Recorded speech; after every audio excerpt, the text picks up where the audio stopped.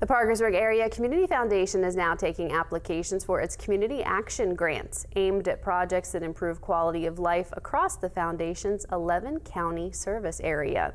PACF says its community action grant is the foundation's main competitive grant program, open twice a year in the spring and fall. The fall cycle is now open and applications are being accepted from nonprofits, public schools, and government groups doing community-focused work. Organizers say groups can apply in both cycles but can only get one grant award per year.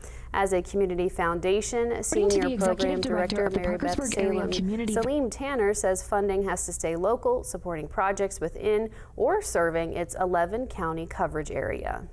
I'm trying to touch sort of all of those different sectors of the community because we have a lot of different donors and funds, and people are passionate about a lot of different things. So there are some examples, but I always like to say, like, we really want to hear from every part of the community and get applications from every kind of group, because anything that's improving quality of life here, that's what we want to be supporting.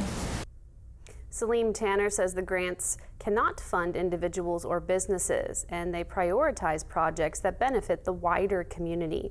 The foundation says demand is high. In the most recent spring cycle, PACF received more than $1 million in requests and awarded more than $500,000 in grants. Grant requests can be as high as $20,000, and the average grant is about $9,000. Applications for the Fall Community Action Grant are due September 15th, and Salim Tanner says the entire process is online.